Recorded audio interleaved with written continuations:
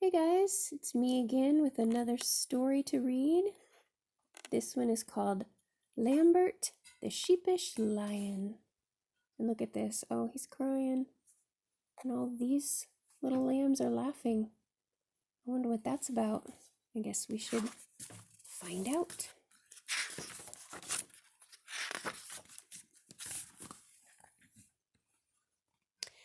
Mr. Stork was having a busy night. He had to deliver bundles of babies to all kinds of places. As he flew over the trees, Mr. Stork was glad he had just one bundle left. Early in the morning, Mr. Stork came at last to a sheep meadow. The sheep were still asleep.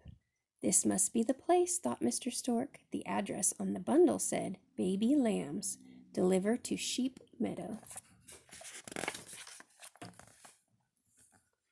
Mr. Stork flipped his wings up and swooped down. He made a perfect landing.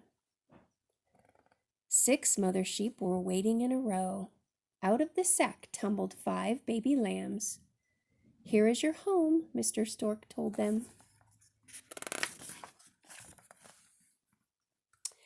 "Just pick out the sheep you like best," said Mr. Stork, "and she will be your mother." Soon each little lamb had found a warm, woolly mother.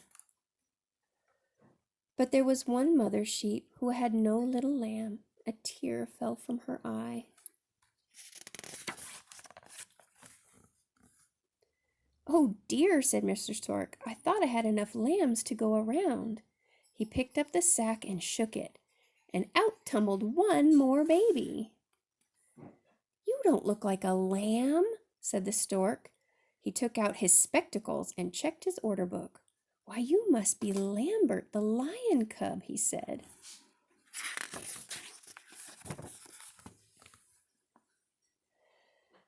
But by then Lambert had found the lonely mother sheep. Lambert snuggled up beside her. She did not look lonely any more. "Excuse me, Mrs. Sheep," said Mr. Stork. "There is a mistake. That's a lion cub.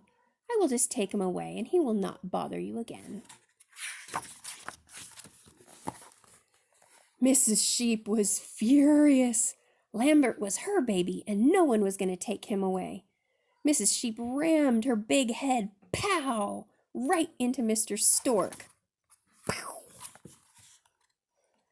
Mr. Stork flew into the air, spectacles and all. That was enough for him. He got out of that sheep meadow just as fast as just as fast as he could flap his wings. I'd get out of there too.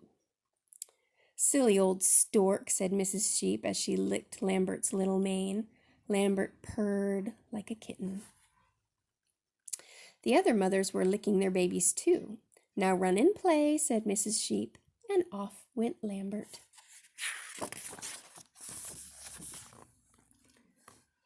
Lambert watched the lambs playing on the grass. They were having fun. They jumped and leaped about on stiff, wobbly legs. "Baa, baa," they said.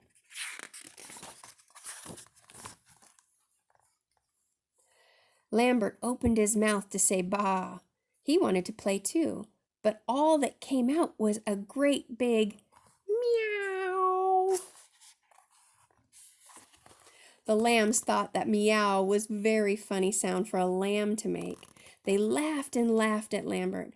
"How silly he looks," said one lamb. "His feet are too big. His tail is too long," said another. Oh, how heartbreaking is this? Lambert. Poor Lambert, he felt very sad. His feet were too big and his tail was too long. He was the silliest looking lamb in the meadow. Lambert's mother came to comfort him. "Never mind, dear," she said. "Just play with the lambs and do what they do, and you will grow up to be a fine sheep." Lambert felt much better. He went off to play.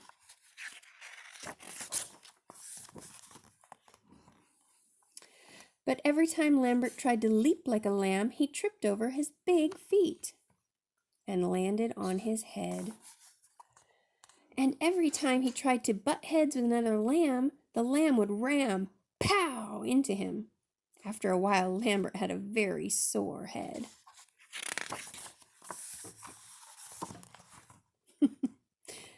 "Never mind, dear," said his mother.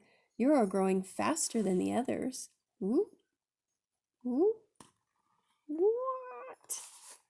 Lambert was growing fast. Every day he was getting bigger and bigger and bigger.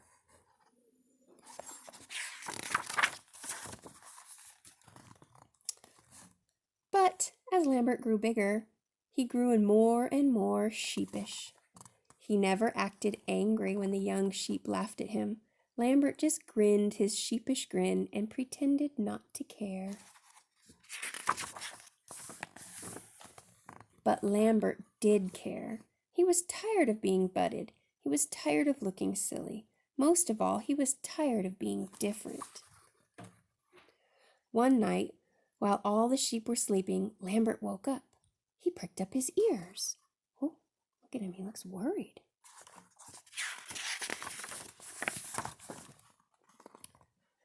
A wolf was creeping slowly towards the meadow. It was growling a mean, hungry growl. The wolf was coming to get the sheep. Lambert was terrified. Lambert hid behind his mother. He did not feel brave enough to fight that wolf. But the sheep were not brave either. They were as sheepish as sheep could be. When they heard the wolf coming, all of the sheep ran into the woods. They hid behind trees. Lambert was surprised. Even his mother, who had butted Mr. Stork, was trembling now. Oh, look at this. What do you think's happening? Suddenly, something went snap inside Lambert's head. He forgot how sheepish he had become. He forgot that he was afraid.